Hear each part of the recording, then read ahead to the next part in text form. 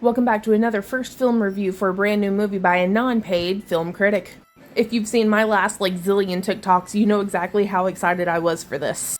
I do, however, have one super mega ick that I need to address with everybody so that in the event that this affects you personally, you need to take care of yourself. And to be honest, I'm actually super pissed it's in there because it kind of ruins an almost perfect movie.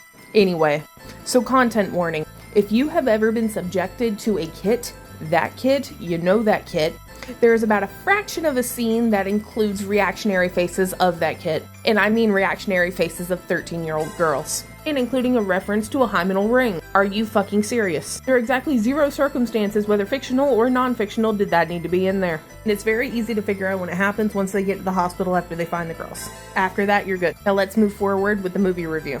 So in absolute contrast to everything the professional critics were saying on Rotten Tomatoes this morning, it was everything I wanted it to be. It was everything I needed this bitch to be minus the green slime. Not only did it feed my love of horror, it fed my love of history/theology. Let me explain this further. So, the whole story takes place in Perry, Georgia. Know anything about the state of Georgia, you have something called the Barrier Islands. Those travel all the way up through South Carolina and I think North Carolina as well. Well, one of the big things on these Barrier Islands are the Gullah and the Geechee people. And from them comes something called, and I'm sorry if there's another name, this is just how I know it, hoodoo, which is kind of like voodoo.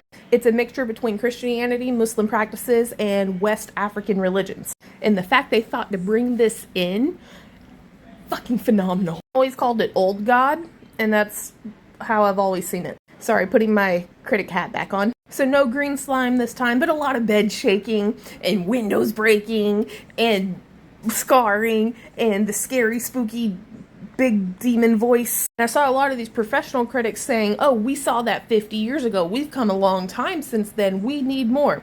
Bitch, no the fuck I don't. I think they forget where horror originates. And then you have this crazy ass element that it's not only one girl, it's 2 girls. But one of them is raised in a heavy evangelical house while the other isn't religious at all.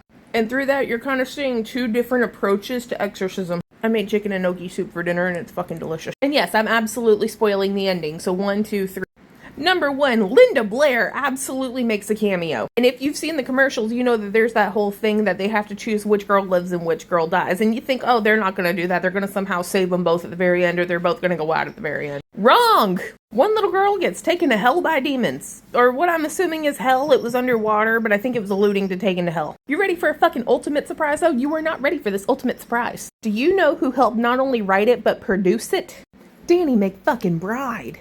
Obvious reasons I took stars off, 8.